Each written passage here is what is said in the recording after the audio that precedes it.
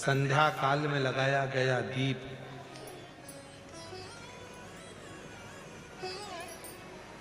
मानदेह नामक असुर का संहार कर देता है। प्रतिदिन एक नियम बनाकर रखना चाहिए कि रोज शाम के समय पर अपने घर में प्रदोष काल के समय पर एक दीप जरूर लगाना चाहिए।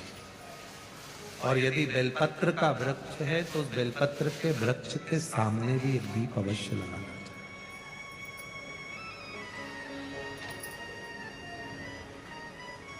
6 महीने में, 3 महीने में, 2 महीने में, 1 महीने में इसका नियम बनाया करो कि मुझे बेलपत्र की पूजा करो।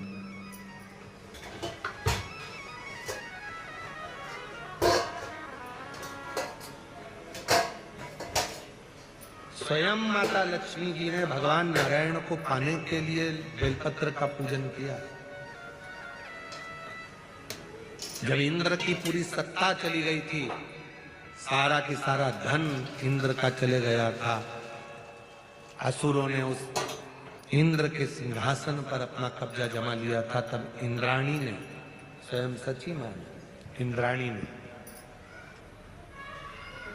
शिव जी की साधना की, बेलपत्र के वृक्ष के, बेलपत्र की पूजन।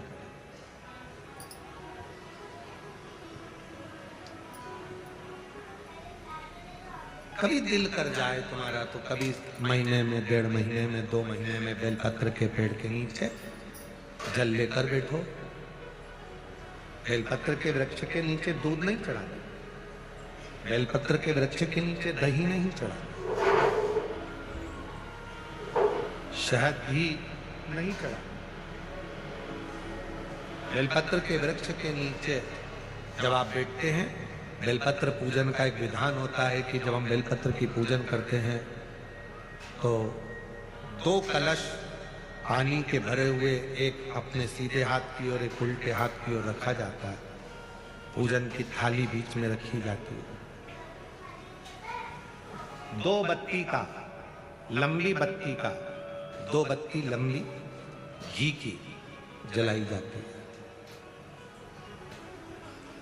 लंबी बत्ती बेलपत्र के वृक्ष के नीचे 2 बत्ती लंबी जोड़ा बनाकर उसको जलाया जाता है।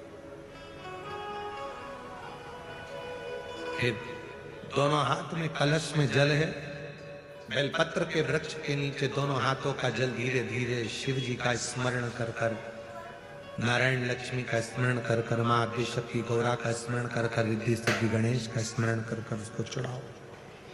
प्रार्थना करो, विनय करो, मेरे जीवन में बहुत कष्ट है, उसको मिटाना है आपको। शिव आपसे प्रसन्न होते हैं, वैसे मेरी जिंदगी भी प्रसन्न करना है आपको। जल चढ़ाकर दोनों पात्रों का थोड़ा थोड़ा जल कलश में बचा लेना है, पूरा पात्र खाली नहीं करना है, दोनों को वापस रखना है। और थोड़ी सी हल्दी पीसी हुई शिव जी के उस बेलपत्र पर लगाएं, थोड़ा कुंकुम वो भी बेलपत्र पर लगाएं।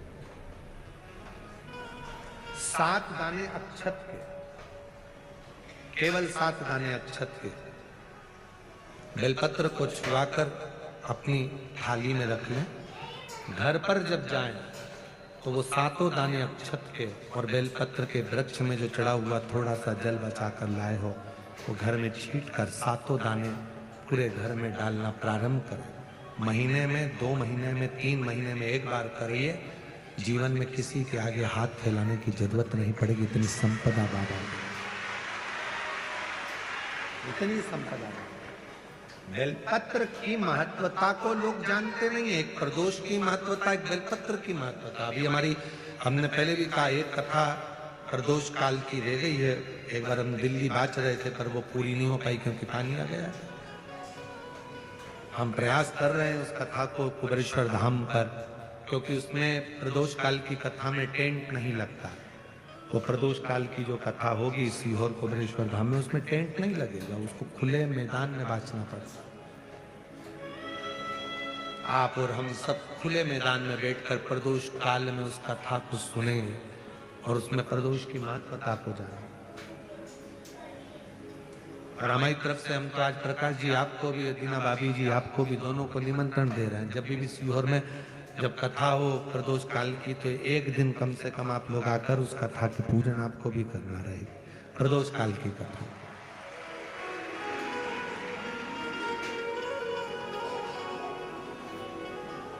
अभी तो नहीं है, पर जब भी तारीख निश्चित होगी साल 2 साल में, जब बाबा कृपा करेगा तब उसको सकेगा। पंडाल में भले तुम्हारे लिए हम सोने के लिए पंडाल लगा देंगे, पर कथा सुनने के लिए तो आपको मैदान में ही बैठना पड़ेगा, खुले आसमान।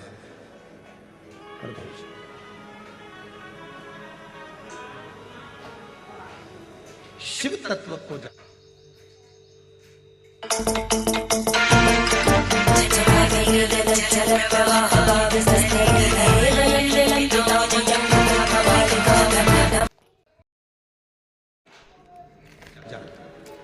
बेलपत्र की महत्वता को जिसने जान लिया, आज लोग बेलपत्र को जान रहे हैं कि बेलपत्र खाने से शुगर, बीपी, थायराइड जैसी बीमारियां भी ठीक हो जाती हैं। उस बेलपत्र की महत्वता को जान। और फिर निवेदन है, आपके शरीर में कष्ट है तो बेलपत्र का सेवन करो। रोज रोज बेलपत्र वैसे ही नहीं खाना। कई बार बेलपत्र खाने से मुंह में छाछ सरकना जाता है, कई बार मुख का स्वाद भी कम हो जाता है बेलपत्र खाने से। तो निवेदन है रोज रोज ना खाएं, जब जरूरत है। और जरूरी नहीं कि आप 3 पत्ती यहाँ से जो बेलपत्र दी जाती है 7 दिन तक जो रोज एक बेलपत्र दी जाती है वो तो खाने के लिए दी जाती है, पर समापन के दिन की बेलपत्र तो खाने की नहीं रहती। उसको तो ले जाकर लोग लाल कपड़े में बांध अपने घर में रख देते हैं तिजोरी में। आखिरी दिन की बेलपत्र तो वैसे भी तिजोरी का भंडार के लिए होती है। तो जो बेलपत्र होती है, जरूरी नहीं कि तुम पूरी बेलपत्र खाओगे तो दवाई असर करे। बेलपत्र का अग्रण्य भाग का थोड़ा सा पत्र भी यदि हम खा लेते हैं, उसको ग्रहण करते हैं, तो वो भी उतना असर करता है। और रोज खाने की जरूरत नहीं है। रोज अगर शिव मंदिर जा रहे हो, शिवालय जा रहे हो, शंकर जी के मंदिर जा रहे हो, देवालय जा रहे हो, तो बेलपत्र लाओ, वहां से मना नहीं है। उसको इकट्ठा करो, एकत्रित कर सुखा लो। सुखाकर रोज शिव जी की चढ़ी हुई बेलपत्र को सुखाकर फिर उसका चूरा बना लो। जब तुम्हें लगे कि शुगर गड़बड़ हो रही है, बीपी गड़बड़ हो रहा है, थायराइड गड़बड़ हो रहा है, तो एक चुटकी उसमें से लेके निगल लो, पानी पी लो। बाबा की कृपा से आधा घंटा 1 घंटे में वो sugar, BP, thyroid sub level में आना प्रारंभ हो गया। उस बेलपत्र की महत्वता को जिसने जाना, कभी कुबेरेश्वर धाम जाओ तो कुबेरेश्वर बाबा के धाम पर जो 200-300 साल पुराना, जो 300 साल के ऊपर पुराना बट वृक्ष है, जहाँ बाबा बैठे हैं, बटकेश्वर महादेव, उसका दर्शन करो। उस पेड़ की छांव में बैठकर बाबा का मंत्र जाप करो। अभी अभी हमने थोड़ा सा उसको बंद कर दिया था, क्योंकि वहाँ बाबा के जोड़ा घूम रहा था तो वो शरीर पर चढ़ जाता था, इसलिए भी स्थान पर वहाँ जाना थोड़ा बंद कर दिया था, पर पुनः वापिस उसको खोल दिया। बेलपत्र की वाटिका है।